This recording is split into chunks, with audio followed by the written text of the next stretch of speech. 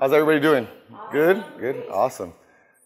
So, as you guys know me, if you follow me, I'm into self-experimentation. It's kind of my thing. So today I'm going to talk about self-experimentation and how you can optimize your health and your performance, kind of how I see it and how, I like to encourage others to do it because I know other people like to do it. So before we get started, a little bit about me. I've been an athlete my whole life. I played football and track. I played football in college. I did capoeira, I did CrossFit, I did powerlifting, I did Muay Thai. Recently, because of keto, I've been able to run a half marathon, obstacle course races, and indoor rowing is my newest thing. And of course, before anything else, I'm a father to my two boys, Desmond and Dean, which you guys have either heard or seen. That I can guarantee. And I'm husband to Maura, aka FatFueledMom. Of course, yeah, that's right. I'm a podcast host with Keto Evangelist himself, Brian, and if any of you follow that and listen to it, I apologize, I really do, because we just, first 20 minutes are going to be whatever we want to talk about. This is how it goes. So I'm a very mediocre YouTuber. We have like 5,000 people. We haven't made a video in like 6 or 7 months. Plenty of footage. Yeah, so if that's worth anything. And I'm also a meat aficionado. I love meat. I've always loved meat. And when I found out that I didn't have to eat plants, I was very thrilled. And so, so my purpose on this planet is to help as many people take care or take charge of their health, improve their health, and improve their performance as possible. The second one is to help as many families do that with their kids as possible.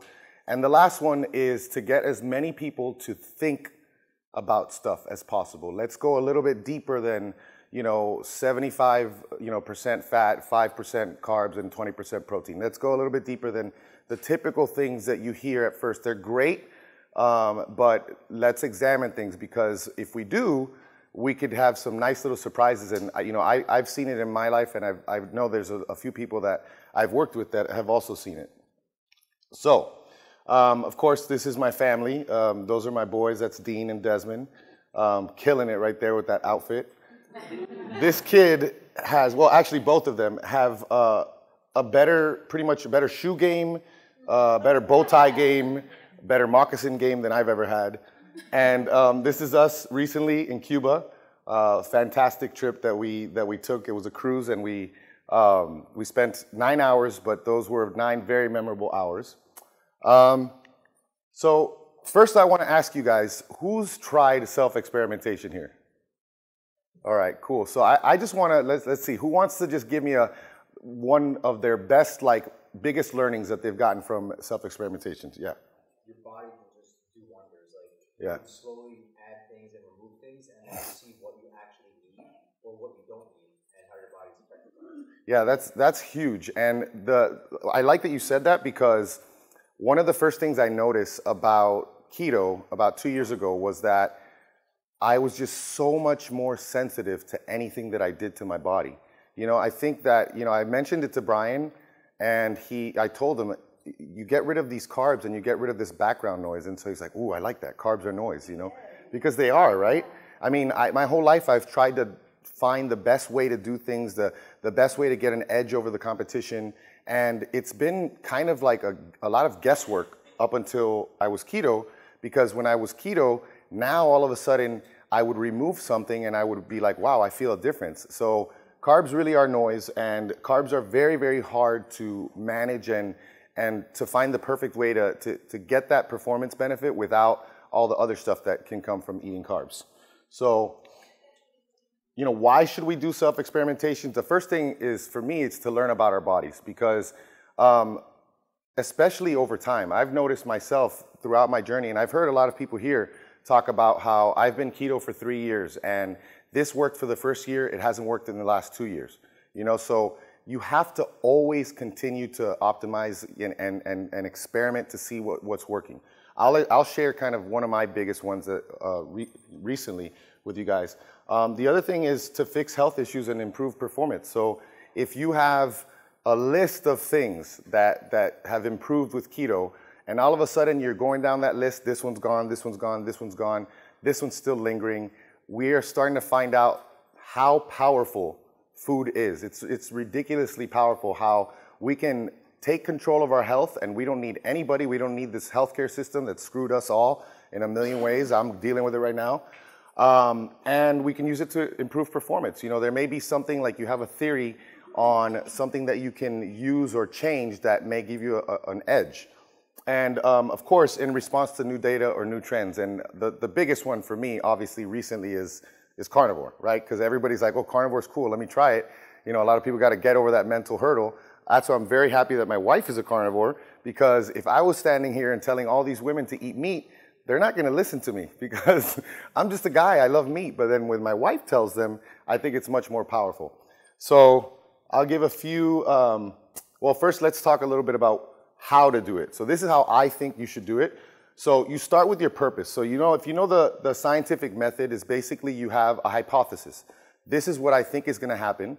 And then you observe what you do, and you see if your observations match your hypothesis or not. In a perfect world, you would have no bias, right? We're all going to have a little bit of bias, but you're trying to remove as much bias as possible. And then, of course, you're going to establish your timeline and main endpoint or endpoints. There may be a few things, and you want to do that right from the beginning. I understand that there's a lot of the time, you know, there are things that happen that you didn't even expect. But for the most part, you want to try to establish those main endpoints. You want to give yourself a good amount of time. I think for most experiments, a week is just going to be very, very short. Like I would say, you know, 3 to 4 weeks minimum is your minimum amount of time. And then you're going to summarize your key learnings in your mind or on paper somewhere where you can just have everything there, and then you can try to figure out next the plan on how to proceed in light of your findings. You know, it's really cool to do an experiment and to say, okay, I did this for a week, but if all you do is try that new thing and then you just don't do anything, then to me, it's a waste of time. You know, so you got to be very intentional with this stuff. So I'll give you guys, oh, here's some objective measures. And you guys probably see these because I do them all the time. I took a break from this while I'm here. I didn't bring my meter because I knew if I did, I would do it anyway.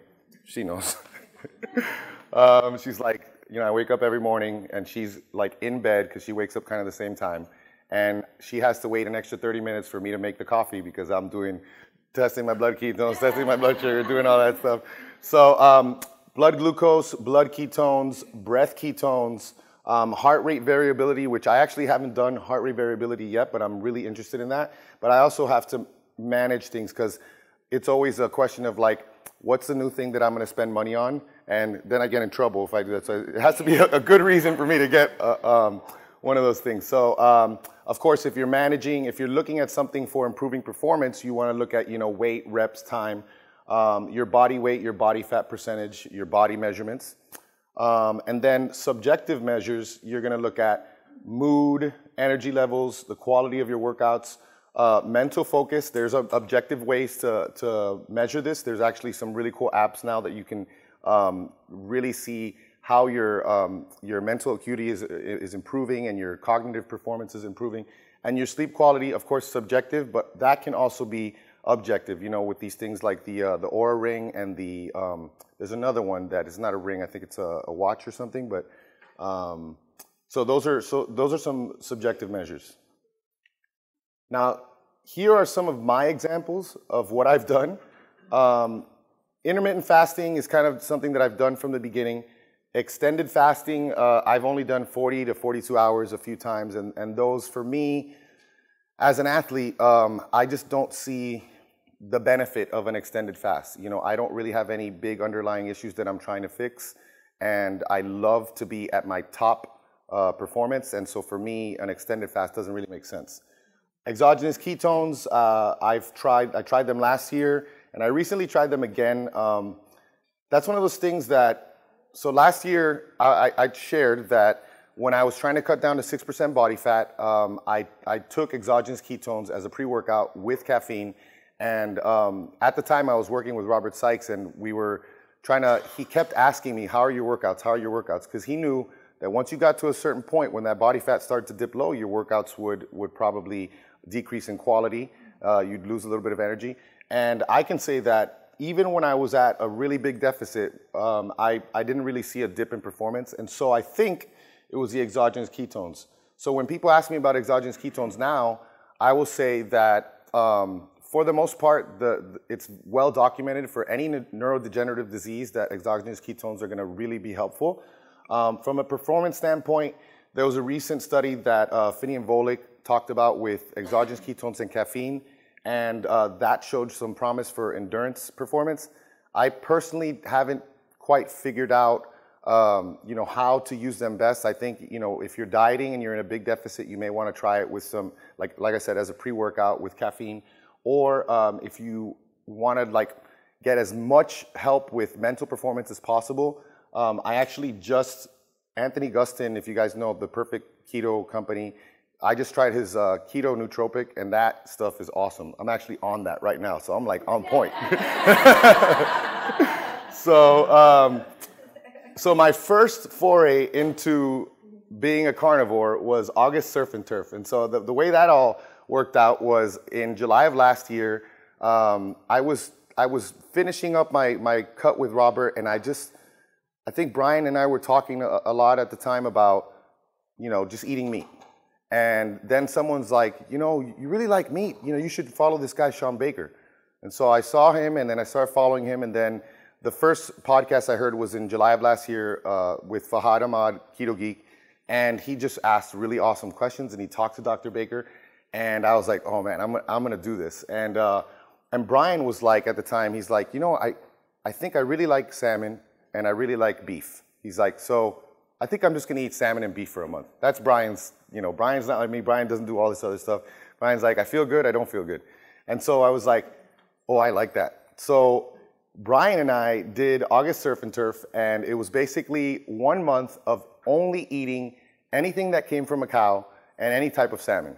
And that month was just amazing. I had finished my cut, and I was already super lean, and then I got leaner, but then I also experienced some of these performance benefits. And that's what I tell people with keto's awesome, but carnivore for me has given me the best performance increase in this last 2 years. I hit a 3-second PR on my 500-meter row that I hadn't touched in years, and then I got another 2-second PR recently on that one. So it's to get 5 seconds on a PR on a sprint that's already pretty fast is good. I was at 124 in July or so of last year, and the first month I got down to 121, and now I'm at a 119 500-meter row. And so all these things that I'm experiencing is from meat. And so I got a lot out of that. Now, the one thing that I will say with this one is that I miss bacon.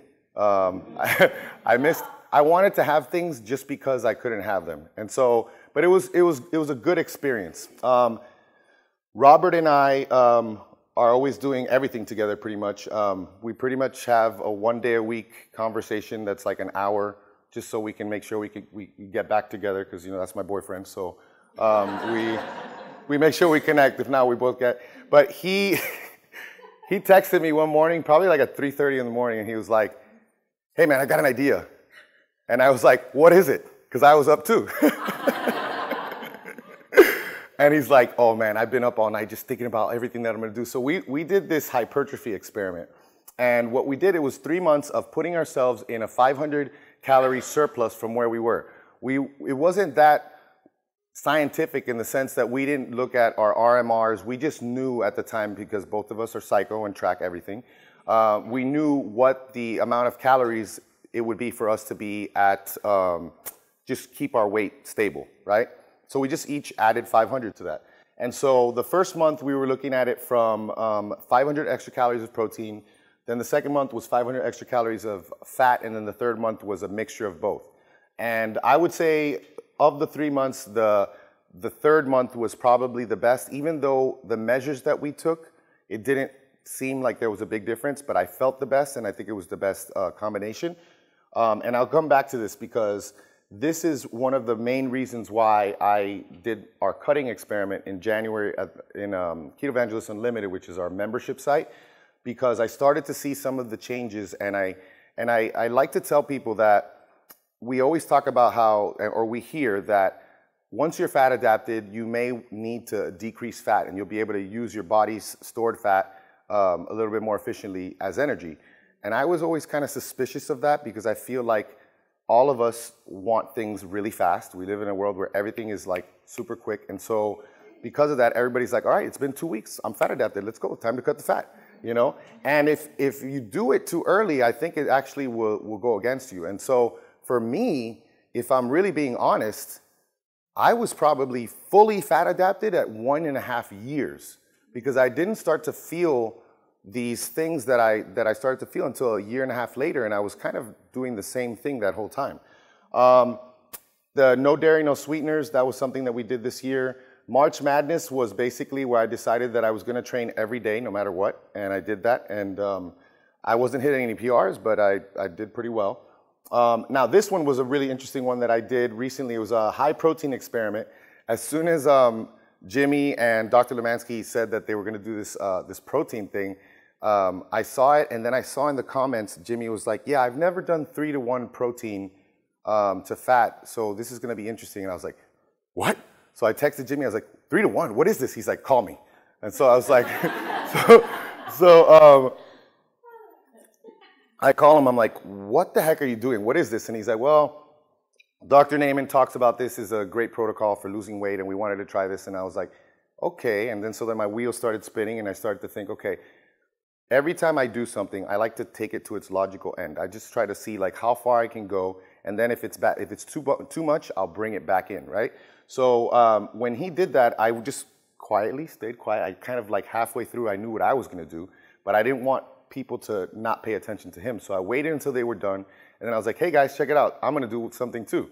And so I said, I wanted to do a 2-to-1 protein to fat experiment, and he was doing 1.5 times his lean body mass. So he was eating 270 grams of protein with 90 grams of fat. And so what I did was I did 1.25 times my lean body mass, which was 260 grams of protein and 130 grams of fat. And the reason why was I had just done this cutting experiment with Ketovangelists Unlimited where I had tested what would happen if I cut fat. And so I wanted to see how much could I cut the fat, because I'm eating a lot of meat. I'm feeling the satiety from the protein, which I didn't think would happen if I cut the fat too much. But I really started to realize that the protein has a really good satiating effect. And so I said, okay, I'm going to do body fat at the beginning of the month, body fat in the middle of the month, and body fat at the end of the month. And let's see what happens. And I'm going to be able to adjust these macros because I also want to see what I'm going to do moving forward. Like now that I've changed all these things, what am I going to do with my tracking? Because I can't stop tracking because every time I do, I eat too much and it's just crazy. So the first 2 weeks, I did the 2-to-1, and I felt good the first day, and then I felt good the second day, and then the third day I was ravenous. I didn't feel as good, and then my workout started to suffer. And so 2 weeks later, I had lost a good amount of body fat, but I had also lost some lean mass. And so what I decided to do was, let me just try 1-to-1, 1 times my lean body mass for protein, and just match that number with fat. Because when I was typical keto, I was closer to like an 80% or even as high as 82% fat, with my protein as low as 15%. And sometimes, you know, last year, my protein was as low as 75 grams a day. I was under 120 for several months, and I didn't lose any fat. But when you eat meat and your main source of food is protein, there's just no question that your protein is going to go up. So I was like, what is this new paradigm? What are my macros going to be with this new paradigm? And I found at the end of that month was that 1-to-1 with 1 times my lean body mass for protein and match that number with fat is what works for me. And so when people ask me, you know, which is almost every day, what should my macros be? And I'm always trying to help people with macros. I always ask them, you know, are you carnivore? Are you doing just regular keto? And I tell people, if you're carnivore, it might be a good idea to start with 1 times lean body mass and then match that number with fat and then go from there. So what ended up happening at that 1.5 year mark, if you remember what I was talking about, was that a few things started to happen. I was getting DEXA scans, and I had lost all the visceral fat, which I had 0 visceral fat, which is great. But adding all this fat to my meat, because I was carnivore, but I was still focusing on hitting these macro ratios, you know. So I was adding butter and I was eating extra fat. I started to put on a little bit of subcutaneous fat, which I don't like that, you know. It's not unhealthy, but I wasn't a fan. And then I was also seeing some changes in the bathroom, going to the bathroom more often. And so I was like, what happens if I cut fat? And so when we did that in January, that's why that led me to this lower fat version of keto that I'm doing now. So the next one that I want to do is a super starch experiment, which I've had super starch sitting in my cabinet for about 2 years. You know, when I first started keto, about 5-6 months after, I was like, I'm going to do a half marathon, because you just get all this energy and you just want to do everything. So I got super starch, and I never really used it. I never really felt the need for it. And so what I want to look at with this super starch experiment is, we know that if you're fat adapted, the FASTER study has shown that you're able to use fat as fuel at a much higher percentage of your VO2 max. So your typical sugar burner is, once they get past, like, let's say 70% of their VO2 max, they're going to start using sugar as energy. Well, us fat adapted athletes can go at a higher percentage of our VO2 max using fat as energy, as high as 80 to 85%. And what does that do? That spares our glycogen stores. So now we have those glycogen stores for when we really need them, right? But what if we could add some more glycogen without a spike in insulin or any issues with our glucose? So if we keep insulin low, we remain in ketosis, so we remain fat adapted. So what I want to see this summer, and the reason why, this was out of necessity, because I've been training with Ben Pakulski lately, and he's been killing me. And I'm very scared, because he's like, we're at about a 3 right now, and so we're going to slowly build up to a 10. And so I'm dying at a 3, and so I'm trying to see what can I add to this so that I can, like, not break down, because I do think that I'll perform well, but my hypothesis is that over time my body may not recover as well, and so then my training will suffer. So that's what I have coming up this summer. So I'm going to be looking at that one. I'm super excited about that. And also, people are always asking, how can you build muscle with keto? Can you build muscle with keto? What should I do? And I feel like I've answered that question, but I haven't answered it well. And again, I don't want to add any muscle. I haven't wanted to add muscle for 2 years, but I'm just going to take this one for the team for you guys, and I'm probably just going to add a bunch of muscle this summer, just so we can just show that we can do it. So, yeah. So if I want to do that, I want to look at this as the way to do it and still remain keto, and that we can tell everybody, all the haters, all the people that you know hate on keto and say that you can't do it for performance, because I'm well aware of the fact that I didn't build this body with keto. But again, I haven't tried to build muscle for the past 2 years. I've actually probably done all the things that you're supposed to do to lose muscle, and I don't. So, but I do want to see what happens with that. So the key takeaways that I want to give you guys today are, you want to be honest with yourself from the beginning, and you want to at least try as much as possible to eliminate bias. I understand that all of us have a lot of biases, but if we can really try to be conscious of them, it's amazing how much your mindset can affect the results. I'll give you an example. When I first did the high protein month with Robert, now, it could be a mixture of two things. I was suspicious of this. I was like, this is not going to be good. You know, I was eating 135 grams of protein. Now I'm eating 260 grams of protein. This is going to be a disaster. And it was a disaster. It really was. But it was also that my body wasn't adapted to that higher protein, you know. So what I find now is that I could eat 260, I can eat 300 grams of protein in a day. I could test myself the next day and my ketones will be above 1. So when people see these mountains of meat on my plate and they say, is that keto? You know, well, it is for me, because I'm in ketosis. I'm not going to tell you all to do that. You know, we all have, there's a few things that will affect with respect to protein, in my opinion. Number 1 is your lean body mass, if you carry a lot of lean body mass. Number 2 is your metabolic history, your metabolic health. You know, do you have insulin resistance? And number 3 is your activity. If you're doing what I'm doing, you'll be in ketosis, because you're training twice a day on a lot of days. The second thing is, of course, to do something with what you've learned. You know, really be intentional with these experiments. You know, don't just be going from experiment to experiment just because it's a cool thing to do. It is kind of cool. I love it. But try to do something with what you learn. And then, of course, stay curious. You know, a lot of you have have never really really put a lot of thought into nutrition until you went keto. And so what happened? Keto helped you, and keto helped you treat all these things. And so now you're like, keto is everything. And then, but you want to go deeper into that and really examine, because I always use this example because it blows my mind. And I say, you know, results not typical. But a friend of ours who I wish was here today, because I would totally pick on her, she comes from an insulin resistance background. She's been keto for 2 years. And she's been doing this carnivore keto cut that we've been doing, where her protein is like literally double what it was before.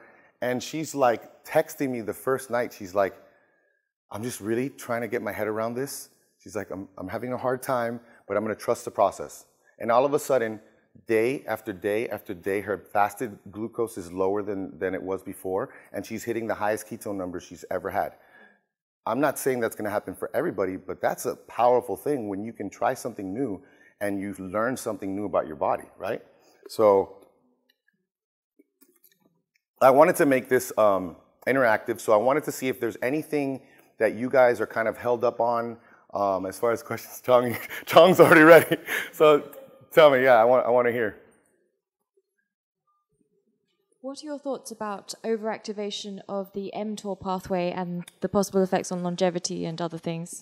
That's one of the things that, well, that's a hard one, because like, you know, we start thinking about things like cancers, and we start, from a data standpoint, we don't have the data, you know, so I'm hoping that nothing happens, but I'm not convinced at what I see that it would be an unsafe thing. I'm aware of the fact that it may be. I'm just not convinced. And so like I have to go, this is what I do as a citizen scientist. This is what a lot of us do, right? Is we have so much that we want to know, but it's never going to be studied. And so we have to rely on different things. You know, Ted Naiman talks about how, look at the things that we're looking at to judge health. We're looking at cholesterol, garbage, as a health marker.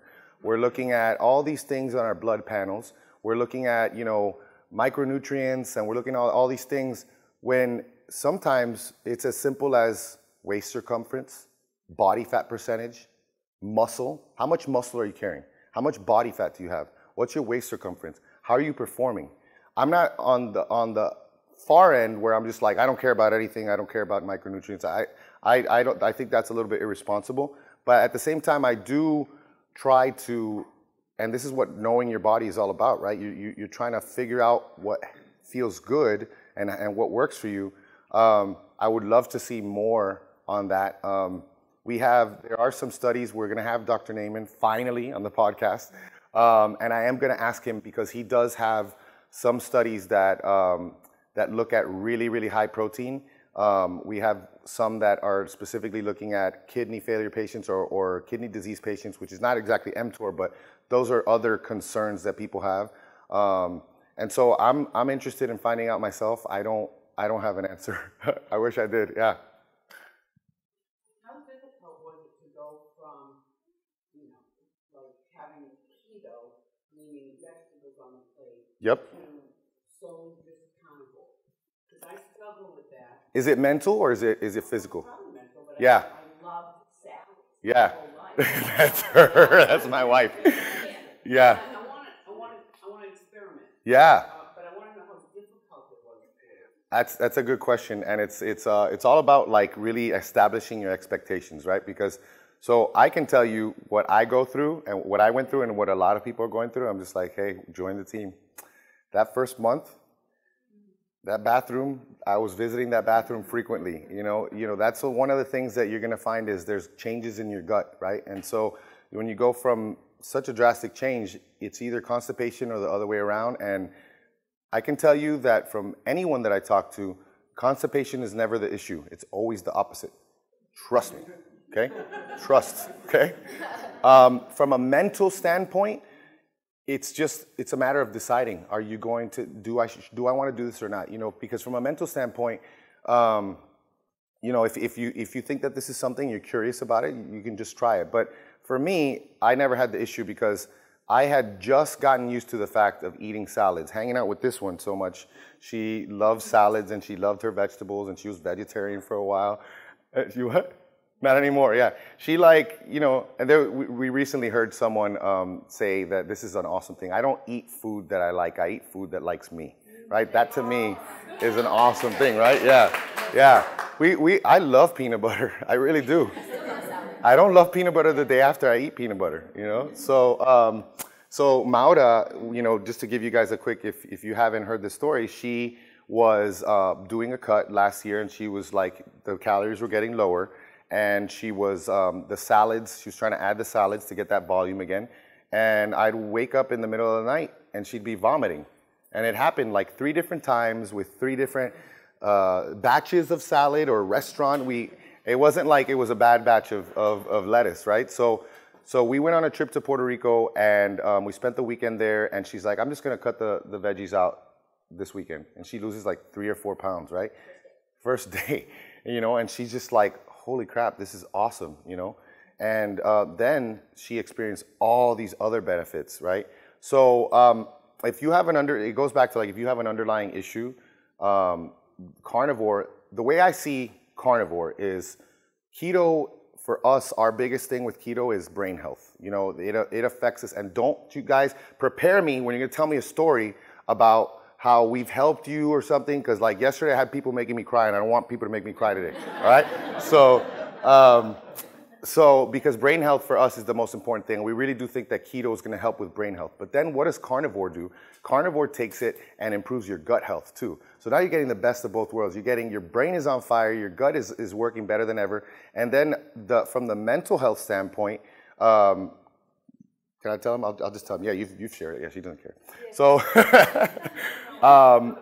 Maura has really, really helped depression with keto, but anxiety was still lingering. And then with carnivore, the anxiety is gone. And now the only anxiety we feel is when our kids drive us insane. So, you know, that's not bad. I'll take that. It's not real. It's not. So yeah. Yeah, absolutely. So then I'm toying with, am I going to eat all my calories in one meal and just drink a fatty coffee in the morning?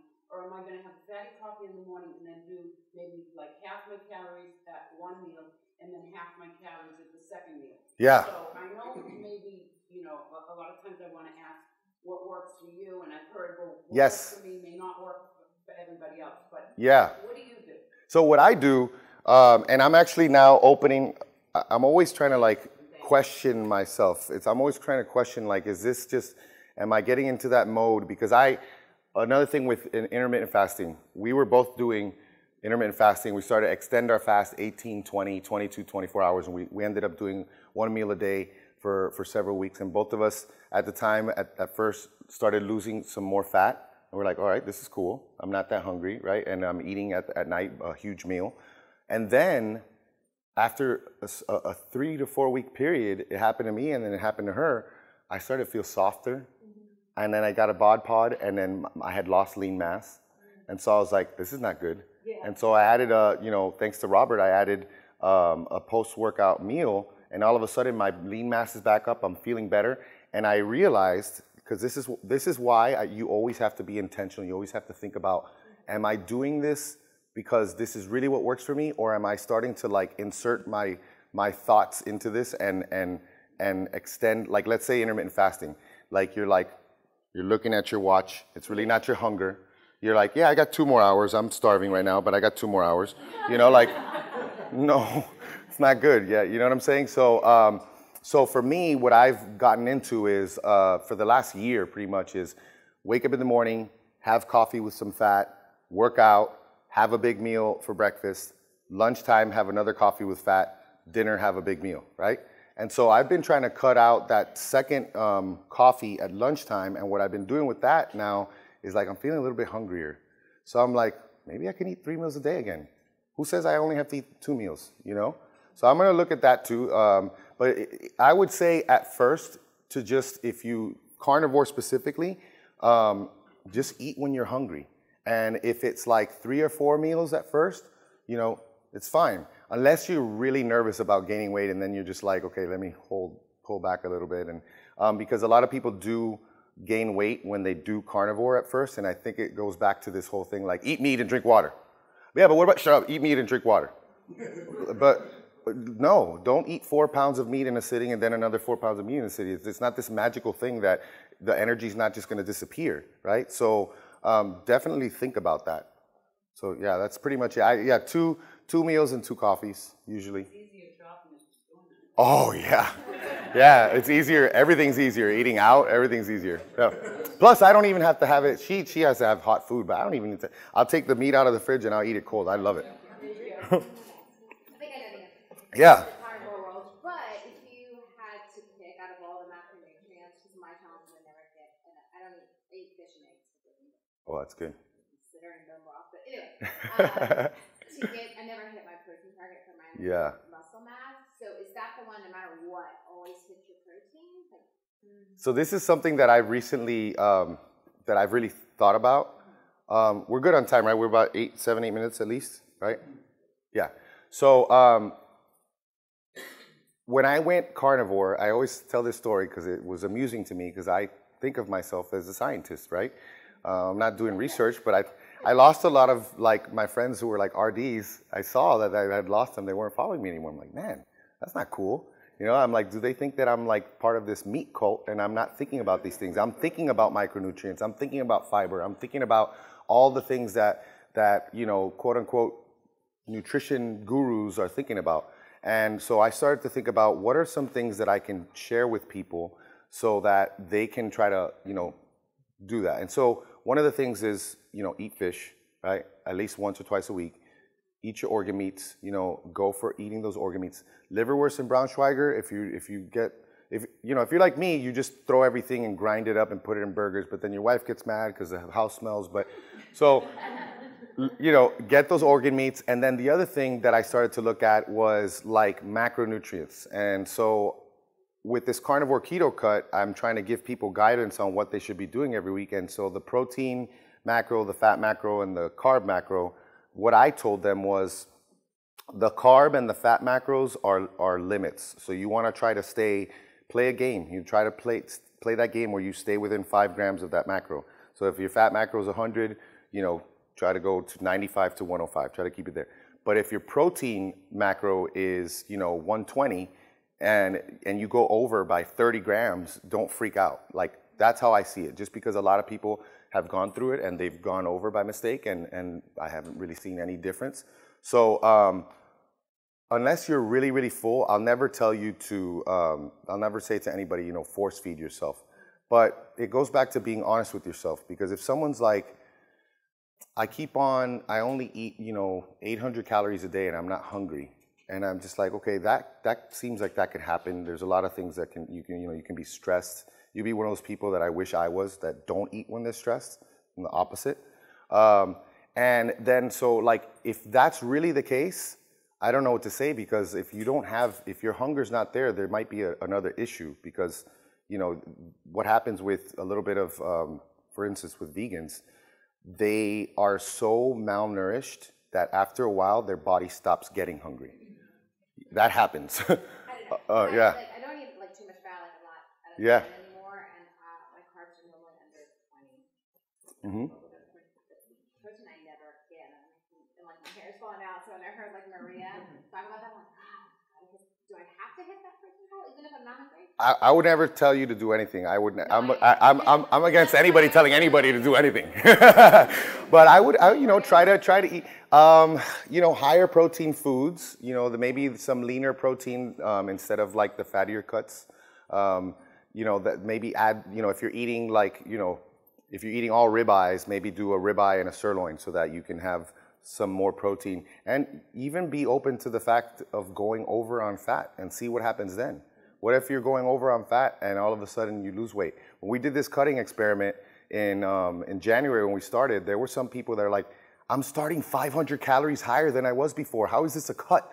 You know, what's going to happen to me? Tell me what's going to happen. I'm like, I'm not going to tell you what's going to happen. Yes. I have no idea what's going to happen. Yes. That's why it's an experiment. Yeah. And it's funny that some of these people were eating 400 or 500 calories more and all of a sudden lost 5 to 7 pounds in the first week, you know? So maybe, you know, go some period where you do eat more protein and the fat goes over, and see what happens. See if your body is more comfortable, and all of a sudden you're performing better at that at higher fat and higher protein. Yes, thank you for sharing that. Your body's still changing. I'm about 18, 19 months into it, and it is a significantly different metabolic, physiological body, organ-wise, everything. My sleep, my cognitive, what you do with your physical, I do cognitive. Oh, that's good. Yeah. And so I track it through sleep, memory, all of that. So with that though, go back and do some of the prior experiments, because you're a different being now than you were previously, and you're going to get different results. That is so true. And yeah, and that's what I've found. So the things for sleep, the mechanics of sleep, things that didn't have an impact before, I went back and revisited them. Oh wow, this is giving me 34% here. That's awesome. Before it did it. Yeah. And so you've got to recognize, really embrace it is a different body. Yep. Molecularly, cellularly, epigenetics. Yeah. Everything about it is different. So you have the opportunity to go back, and stuff that didn't work when you were just getting started might work now, or might end up putting you in a whole different place that you never even knew existed. That's such a good point. And like the whole thing, that's why I say, wait until you're fat adapted to do some of these other things. Some people, I've had like friends of mine who are powerlifters who went straight from a Western diet to carnivore and cutting fat, and they did great. But I always talk about my sons. My sons, when we really got strict with keto, we were like, we're going to get you guys some lilies. We're going to give you some. And they're like, blah, pilly nuts, hated them, everything. All of a sudden, those things now are like, they love them, So your taste buds will change too. Someone over here, was it? Yes. Thank you for the wonderful work you do. Oh, thank you. Really appreciate it. I was very strict keto, 18-15-5, for almost 3 years, and was getting some results, but wasn't getting all the results in terms of sleep quality and knee brain suffering. And then, thanks to KetoCon last year and Amber Hearn, I started. She's one of my favorite people. I love her. She's phenomenal. Yep. She's absolutely phenomenal. So it's only 9 months. The bad thing is I put on 20 pounds, and it's fat. That's fat. Oh yeah, my God. no, it's fat. I kind of feel like a cheap hooker on the wrong side. Oh my goodness. Sorry.